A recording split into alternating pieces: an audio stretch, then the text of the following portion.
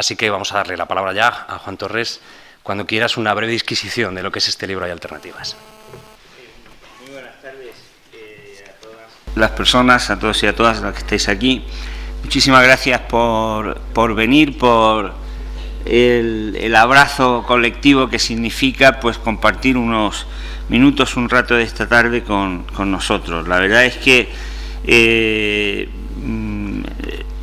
creo que puedo, en nombre de los otros dos autores, decir que la experiencia de este libro es maravillosa por lo que supone de cariño de la gente que lo lee, de la gente que nos escribe. Como queremos que el acto, y a mí me parece muy bien, sea sobre todo un debate y que vosotros participéis, o que ustedes participen luego más tarde, yo voy a decir muy brevemente algunas ideas que nos parece importante subrayar acerca de por qué hemos escrito el libro y qué buscamos. Nos parece que es imprescindible que la gente sepa que estamos viviendo una gran farsa, un fraude intelectual, un engaño, una mentira organizada y me atrevería a decir que un crimen contra la humanidad con motivo de la crisis. Es verdad que nada de esto ha ocurrido por primera vez a lo largo de la historia.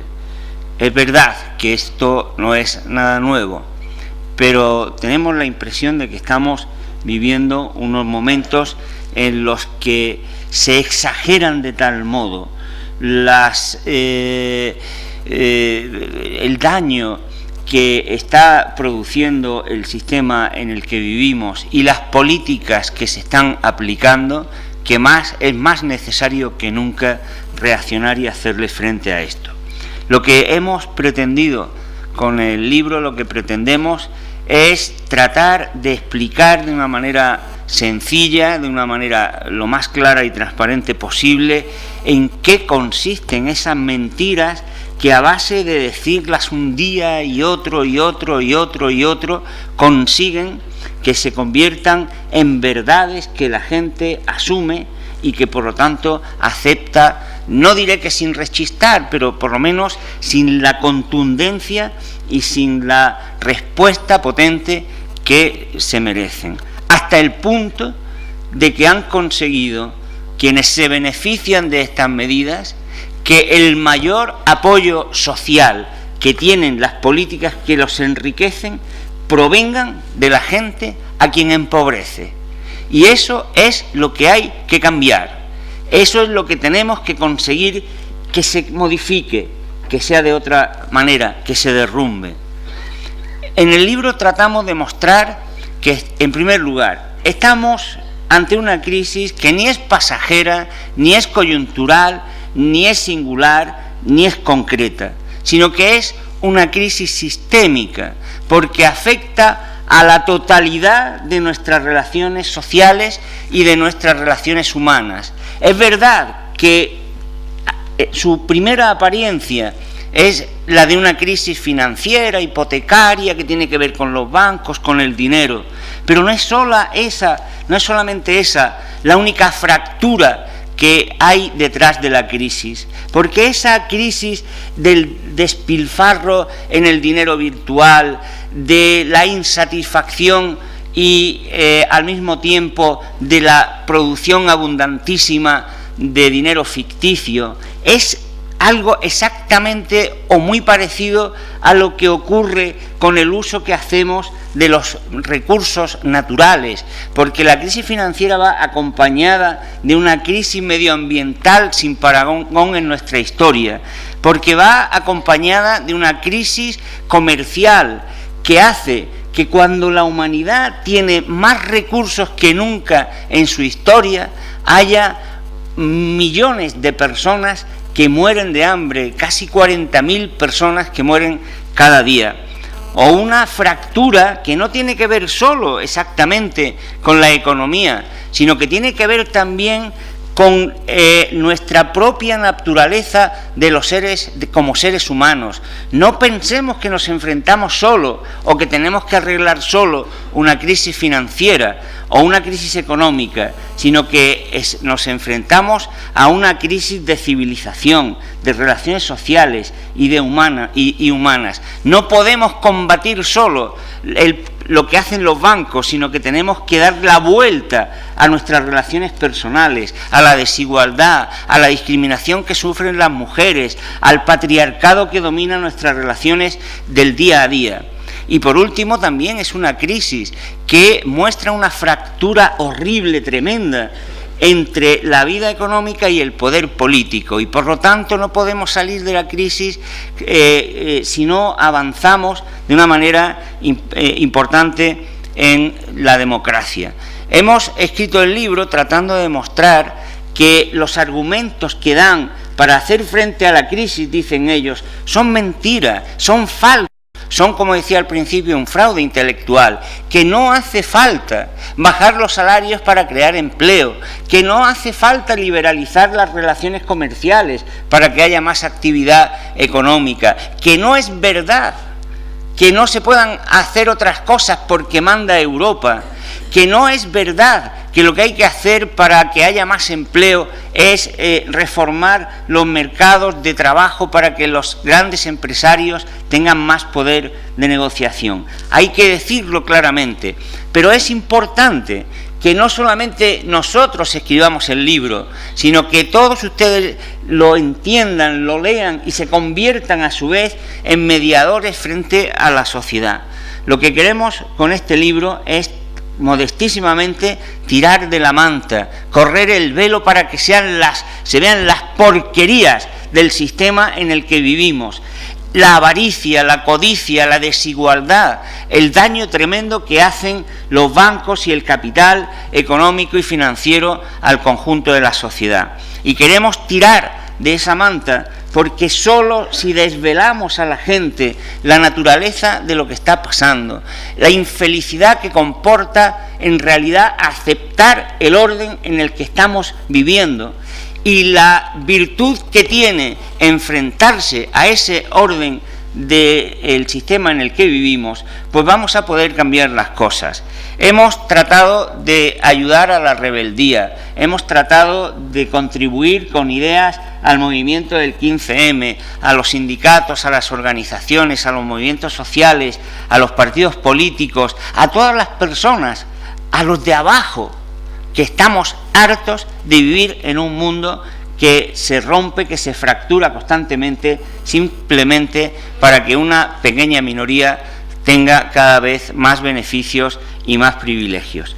Eso es lo que hemos tratado de hacer modestamente con el libro. Ahora, después, en el debate tendremos oportunidad de hablar de cosas, de temas más concretos. Pero no nos engañemos.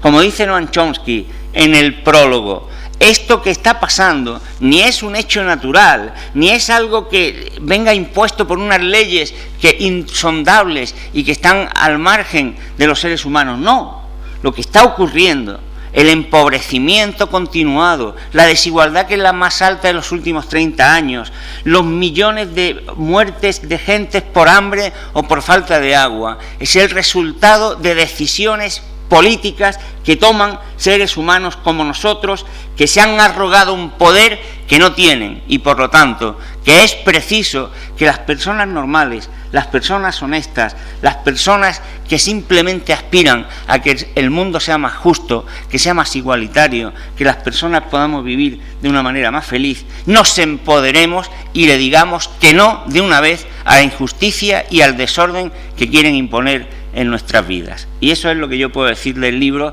y les animo a que se sumen a la lectura, a la difusión, a la divulgación, y que cuenten por todas las esquinas estas cuestiones que nos parece fundamental para que la gente se levante como una turba que ponga ya final a lo que estamos viviendo.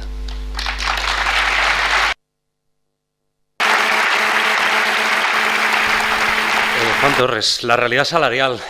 Siempre nos dicen cuando nos bajan el sueldo a nivel general, vamos a vivirlo todos, ¿no?, con el IRPF en unos días, que es para tener más competitividad al exterior. Es otra de las grandes mentiras, ¿no? La evidencia empírica, los datos, la realidad que muestra lo que hacen otros países indican que es mentira que haya que bajar los salarios para ser más competitivos. En el libro citamos varios estudios recientes que ponen de relieve que los países que han sido más competitivos no son los que han bajado más los salarios. Y hace unos días, me parece que el día 13 de febrero, publiqué yo en mi página web una reseña del último informe que he leído al respecto, en el que demuestra con datos que España no es de los países menos competitivos de Europa y que la componente salarial no es la que determina la competitividad, porque la competitividad hoy día viene determinada en mayor medida por otros factores como la calidad, la innovación, la capacidad de presencia en el mercado. Por lo tanto, es mentira, sencillamente es una tesis que es mentira que para ser más competitivo haya que bajar los salarios. La prueba de ello, como digo, es que los países más competitivos son los países en donde hay más alto nivel de bienestar y donde los salarios, no solamente los directos, que son los que nos metemos al final de mes en nuestro bolsillo, sino también los indirectos y los diferidos, o sea, los que tienen que ver con el gasto social, la parte de nuestro salario que recibimos en prestaciones sociales o en pensiones, pues son los más elevados. Por lo tanto, eso es una mentira que se repite muchas veces para lograr lo que en definitiva significa que bajen los salarios, y es que suben los beneficios, porque esto es aquello que nos enseñaban en el colegio los vasos comunicantes: bajo yo, suben ellos. Y eso es lo que en realidad buscan, decir una mentira miles y miles de veces para que nos creamos que lo que hay que hacer es efectivamente bajar los salarios para que haya más empleo, y así lo que están subiendo son sus beneficios. Un estudio de hace un par de años de James Galbraith para Europa muestra, también lo mencionamos en el libro, que mentira que en Europa haya que bajar salarios para crear empleo, porque lo que en realidad muestran los datos es que en Europa ha aumentado el empleo cuando han subido los salarios y que ha bajado el empleo cuando los salarios han disminuido. Por lo tanto, digámoslo claro y aprendamos a razonar de esa manera y digámoselo en la cara: son ustedes unos mentirosos. Estamos hablando de recortes, es lo que escuchamos: recortes, recortes, recortes. Lo que planteáis vosotros es que el problema principal es que hay falta de financiación al Estado, y esto es algo que hay que solucionar. El problema es que se está solucionando mediante la subida del IRPF, una reforma laboral en la que se ha incluido esa capacidad de despido, tal. Y lo que habría que hacer, y esto es lo que vosotros estáis poniendo sobre la mesa, es buscar en dos puntos especialmente: una fiscalidad más justa y, por otro lado, el fraude fiscal. Juan Torres, ¿hay tanto nicho económico en ese fraude fiscal en España? Bueno, ahí en este campo es quizás donde se concentra el mayor número de mentiras por metro cuadrado, por así decirlo, ¿no? Primero, ¿qué es lo que se dice sobre el déficit público que hoy día tiene el Estado español? Es que el Estado es un manirroto, es que gasta mucho en pensiones, en sanidad, en educación. Resulta que el gasto que realiza en pensiones, en seguridad social, en sanidad, en educación, el Estado español es de los más bajos de Europa, y además es que va bajando hasta el punto en que posiblemente ahora estemos igual o por debajo que como estábamos a la salida del franquismo. Pero es que la mentira además es grosera, porque antes de que empezara la crisis el Estado español tenía superávit presupuestario. Luego, no es verdad que el Estado sea manirroto, tenía superávit. y la deuda pública española era de las más bajas en relación con el Producto Interior Bruto de todas las europeas. Es mentira, pues, que hubiera un Estado manirroto. ¿Qué ha ocurrido? Pues lo que ha ocurrido es lógico que ocurra, en primer lugar, que la banca internacional se ha gastado dinero en el casino financiero de una manera irresponsable y criminal, porque es que las palabras hay que utilizarlas para dirigirse a la gente expresando lo que es. Y se ha gastado los recursos y el capital de una manera irresponsable y criminal, a través de fraudes, de engaños. Solo en España hay ya más de 500 sentencias condenando a la banca española por engaños, fraudes de los swaps, de las cláusulas suelo, de los contratos hipotecarios. Seguro que aquí hay muchas personas que le afecta eso. Más de 500 sentencias condenatorias a la banca. Oiga, que no es que haya habido un director de sucursal que engañara a un cliente, o dos, o tres, no, ya creo que ya 500 sentencias sería como para que un gobierno decente, si es que lo hubiera puesto sobre la mesa qué ha hecho la banca en estos últimos años.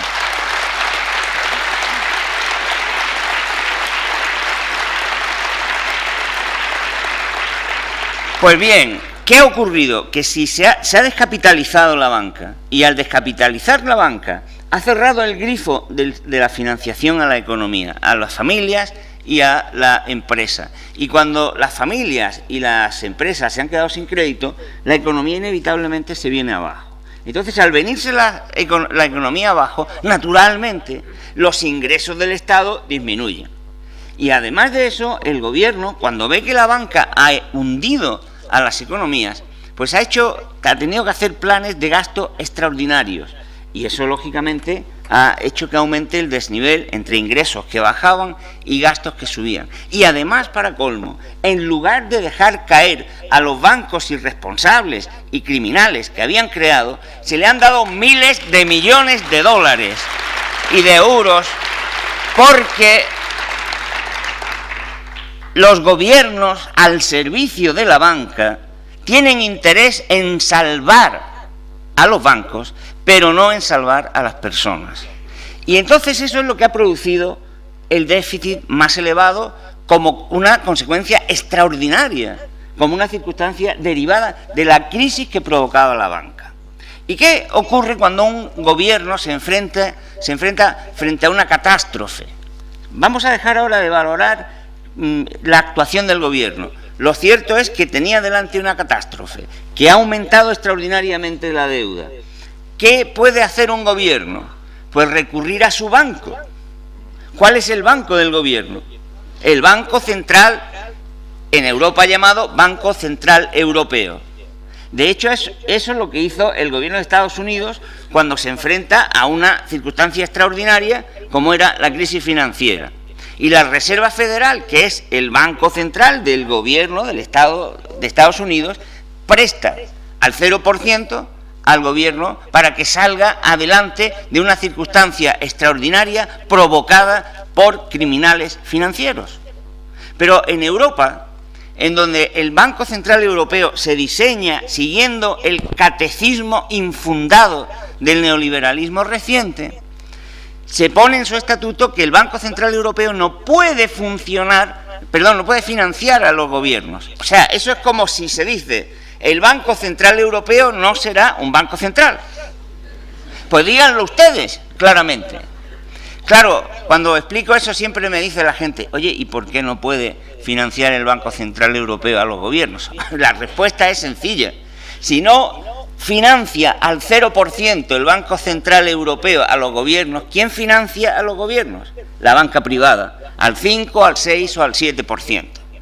Pero ¿no habíamos quedado en que la banca estaba quebrada y no tenía dinero? No hay problema, porque el Banco Central Europeo no financia a los gobiernos, pero es generoso con la banca privada y le da al 1% el dinero a la banca privada para que la banca privada se lo preste comprando la deuda a los gobiernos al 5, al 6, o incluso al 50% que ha llegado a estar algún tipo de deuda griega. Eso es lo que está ocurriendo. Y eso es lo que hace que la deuda de los gobiernos crezca y crezca y crezca. Frente a eso, ¿qué se hace? Dice, oh, esta deuda es gigantesca, hay que tomar medidas. ¿Qué medidas? Recortar los gastos en educación, en salud, en pensiones. Los llaman, y termino, políticas de austeridad. Otra mentira, porque no es una política de austeridad. Si fuera política de austeridad, empezarían, por ejemplo, aplicando recortes a todo. Y díganme ustedes qué recortes ha habido en política, en gasto militar. ¿Saben ustedes qué país es el que en Europa el mayor comprador de armas? Grecia. ¿Y saben ustedes que mientras se están imponiendo recortes en el salario mínimo, en los sueldos de los funcionarios, en el gasto social, en el gasto educativo en Grecia, eso que llaman la troika, está permitiendo que el gasto militar en Grecia aumente el año pasado un 12%? ¿Cómo se llama eso? Entonces, frente a eso, la solución tiene que ser otra. Un banco central, proponemos nosotros, que sea un verdadero banco central, que se siente con los gobiernos y que resuelva el problema de la deuda pública, bancos públicos que garanticen la financiación como un servicio público esencial y una reforma fiscal que, en lugar de recortar gastos sociales que son fundamentales para que la gente de rentas salariales pueda disfrutar de esos servicios, pues que paguen los más ricos. Porque saben ustedes una cosa, el otro día me decían los pequeños y medianos, hablaban el gobierno que la banca va a ser muy generosa y que va a conceder 30.000 millones de euros a la pequeña y mediana empresa para adelantarle el dinero que le debe la administración pública. Dinero que la administración pública no le puede pagar porque tiene que estar dándole dinero a la banca. Primero, no son 30.000 millones, posiblemente sean más de 50.000. Pues, si son 50.000 millones de euros los que la administración pública le debe a las empresas medianas y pequeñas y a los autónomos, y que es imprescindible que los tengan para poder funcionar, oiga, ¿por qué no atacamos el fraude fiscal? Porque el fraude, según los inspectores de Hacienda, de las grandes empresas españolas y de las grandes fortunas, es más o menos de 40 y tantos mil millones de euros. Pues oiga, en lugar de que ahora la banca haga otro negocio prestando dinero a los pequeños y medianos empresarios, hagamos que los bancos y las grandes fortunas paguen también impuestos. O sea que eso es como nosotros vemos el asunto. Es importante. Bueno, vamos a avanzar un poco más rápido, porque sí nos gustaría que pudierais preguntarles. Supongo que muchos de vosotros tenéis preguntas para nuestros tres economistas, pero yo creo que tenemos obligatoriamente, Juan Torres, te lo voy a pedir a ti de una forma breve, que hables del necesario cambio de modelo productivo, que es algo también importante. Creo que tiene que llevarse la gente una idea diferente también en ese modelo productivo. Vamos a ver, cuando algo tiene un mal, pues lo que hay que procurar no es solo paliar el dolor inmediato, sino combatir las causas que lo producen.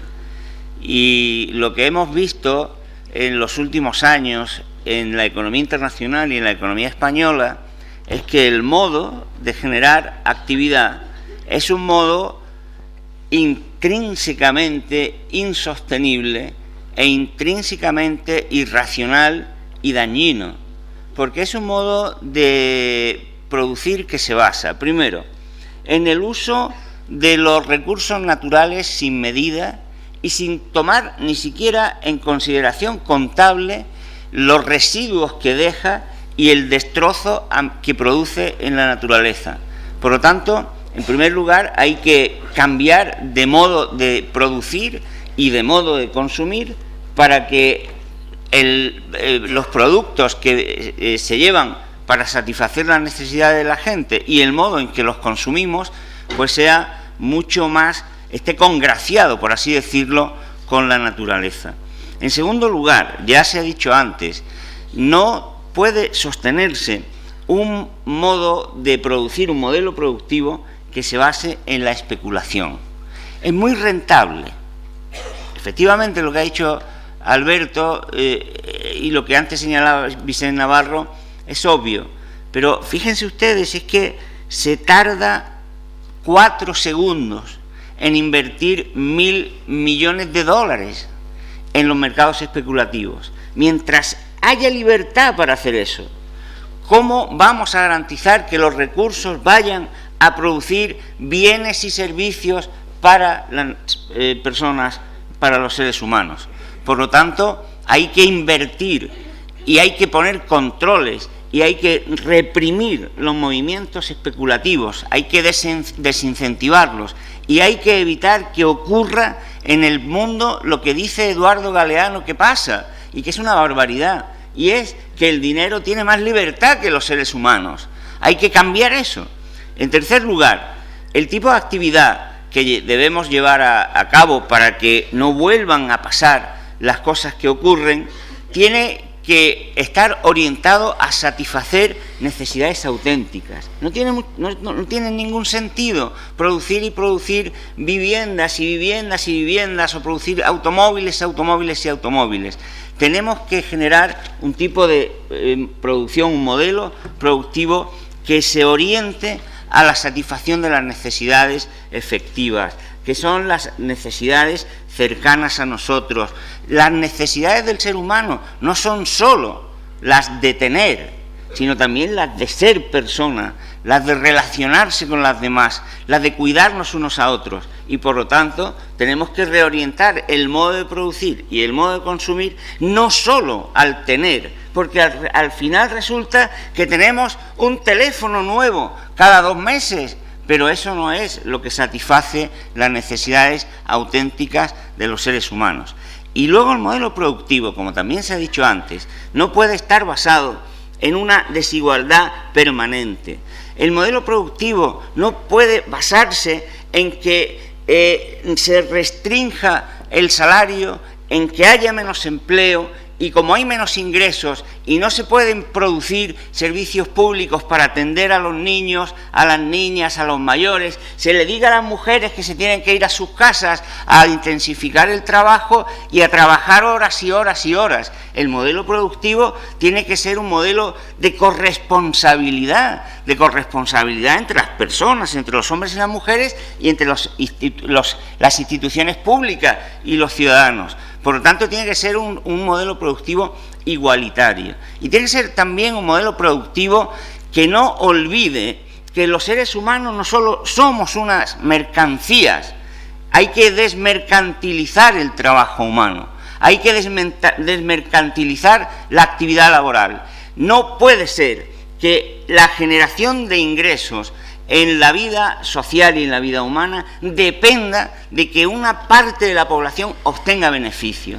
Hay que pensar en desmercantilizar, es decir, en sacar de la lógica del beneficio las actividades que son las que satisfacen las necesidades humanas. Yo sé que esto puede parecer un poco de música, vale, no me importa, pero para eso estamos aquí, para decirles a ustedes la música que tenemos que tocar. Porque tenemos la convicción de que si nos aprendemos esa música y esa letra, podemos cambiar el mundo. Porque cuando yo era un niño, y no soy tampoco, hombre, no soy tan joven como Alberto, pero tampoco soy tan mayor. Cuando yo era un niño, mi madre no podía firmar un cheque, no podía poner un negocio, no podía ir de viaje, si no le daba una autorización su padre o su marido. Y aquello parecía normal. Y cuando un marido le pegaba una paliza a la mujer, algo habrá hecho y no pasaba nada. Y hoy, bueno, es verdad que todavía hay violencia de ese tipo, pero si lo pillamos en cera. Entonces, eso nos indica que se pueden cambiar las cosas. Pero claro, para cambiar las cosas tenemos que aprendernos la música y la letra que hay que cantar y que hay que tocar. Y sobre todo, tenemos que crear una orquesta. Yo les invito a que creemos la orquesta, que nos aprendamos la música y la letra que está en los libros, modestísimamente en este, pero también en otros. No hace falta tampoco aprender mucho, no se asusten. Y formemos una orquesta que le estallen los oídos a la gente que solo quiere el mundo para ganar dinero.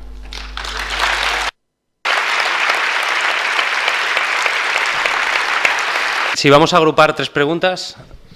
Hola, buenas. Pues lo primero quería darle las gracias por escribir este libro porque... Preguntas, por favor. Es bueno, que si no nos vamos a alargar, ¿vale? Quería concretar... Ahora soy el malo, Ahora soy el malo.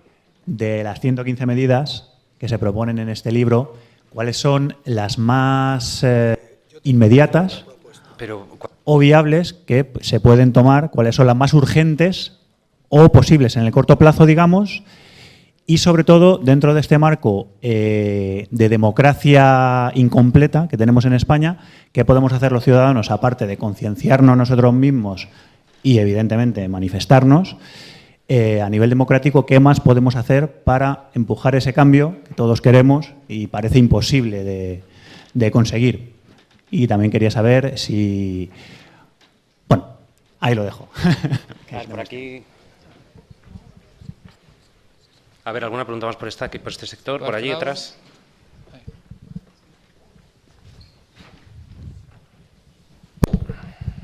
Sí, quería que me explicarais con referencia al planteamiento que ha dado el ministro de Hacienda sobre lo de los pagos a los pequeños empresarios. ¿Quién va a pagar los intereses sobre esos préstamos? Es que no lo han explicado y ahora sí, por si... Sí, la deuda de proveedores, se refiere usted. Vale. Sí, buenas tardes. Mi nombre es Luis Fernández, soy presidente de la Asociación Nacional de Desempleados ADESOR. Y más que una pregunta es sencillamente a ver qué les parece una de las iniciativas que llevamos ya 2 años poniéndola en marcha. Y es que estamos solicitando la renta básica ciudadana, simplemente haciendo mención a un artículo que aparece en nuestra Constitución española, el artículo 41, que quiero recordar que dice que el Estado proveerá de recursos mínimos suficientes, sobre todo en situaciones de desempleo, para el desempleado y su familia. Vale. Entonces, saber, ¿ustedes consideran que efectivamente a nivel económico creemos que es así? Pero nos gustaría que nos lo confirmaran. ¿Es viable esa renta básica ciudadana? Vale, vamos a empezar por esas medidas de empujar el cambio. Cualquiera de vosotros, Alberto, si quieres, o Juan. Evidentemente, yo creo que es difícil decir exactamente cuál es la más importante, porque lo que hemos tratado es de poner de relieve que nos enfrentamos a un problema complejo que hay que abordar también de una manera compleja y multilateral. Pero yo, si tuviera que decir alguna que me parece mucho más importante, diría, por una parte, la disposición de un banco público, de financiación pública. La financiación es como la sangre de la economía, la sangre del cuerpo. Si no se dispone de financiación, no es posible reactivar la economía, no es posible crear empleo. Esa es la primera y más inmediata necesidad de la economía española, desde el punto de vista de evitar su colapso y de evitar que vaya peor. Inmediatamente, al lado de esa medida, hay que llevar a cabo un plan de reactivación de la demanda, porque si se le pregunta a cualquier empresario qué problema tiene que hace que despida a trabajadores, no le va a preguntar, no va a decir que el problema es que tiene dificultades para contratar o para despedir, cuando en un país como este se han ido a la calle millones de trabajadores. Lo que le va a decir es, primero, no tengo financiación para hacer frente a la actividad y, en segundo lugar, no tengo clientes, no tengo demanda. Por lo tanto, desde el punto de vista de poner en marcha la maquinaria de la economía, yo creo que esas dos serían dos medidas fundamentales. Naturalmente, esta segunda pues requeriría poner en actividad una serie de aspectos de la vida económica que no se están llevando a cabo. Yo creo, por ejemplo, que si se lograra poner en marcha, pues lo digo a título de ejemplo, ¿no?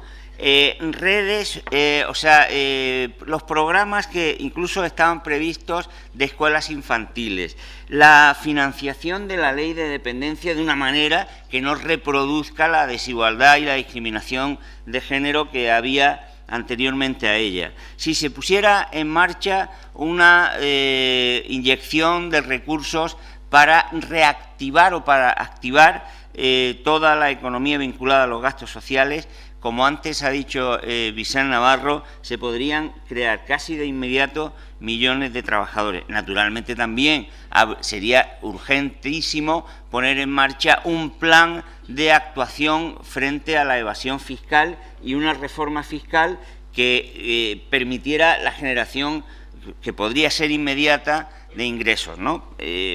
Podría seguir, porque en realidad una economía que tiene más de 5 millones de parados, que tiene una economía sumergida de casi la cuarta parte y que además lleva años pues tomando medidas que incrementan la desigualdad, lógicamente pues requeriría una batería amplia de medidas, ¿no? Pero como se me pregunta algunas, pues mencionaría eso. Para ir cerrando ya este acto, vamos a coger tu pregunta. Yo también estoy ansioso por coger el camino. ¿Cómo podemos conseguirlo, Juan Torres, y vamos cerrando? Bueno, como es ya el momento de terminar, en el libro también hay algunas reflexiones al final sobre qué hacer, pero yo diría que podemos hacer 4 cosas. La primera, hablar, hablar, hablar y hablar con la gente.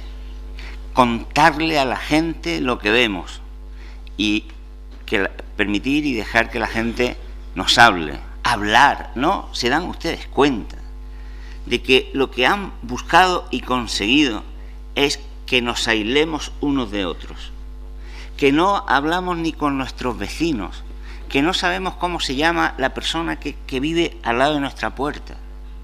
Hay que hablar, hablar y hablar. En segundo lugar, acompañar y dejarse acompañar, estar con los demás, buscar el encuentro de la gente que tiene nuestros mismos problemas y hacer grupo con todas esas gentes. En tercer lugar, salir a las calles con los demás, para que nos vean, para que sea un clamor, para que se enteren, para que no puedan decir que la mayoría de la sociedad quiere que haya despido más barato y salarios más bajos. Salir a las calles, hacernos ver. Y en cuarto lugar, también muy importante, ninguna de estas 4 cosas es importante únicamente, pero la cuarta es muy importante: llenar las urnas de votos nuestros. Las urnas también tienen que rebosar, del voto de las gentes que decimos que no queremos la sociedad y el modo de gobernar la sociedad que nos están imponiendo. Porque mírenlos ellos cómo están allí. Veían peligrar su poder, desconfiaron incluso de los políticos y se metieron ellos en los gobiernos. Dejaron de ganar cientos de millones y se fueron a ganar unos pocos miles, como secretarios de Estado, como primeros ministros, como presidentes de instituciones, porque saben lo que tienen que estar en todos los sitios, en los consejos de administración, en las mesas electorales, en los gobiernos, en las administraciones públicas.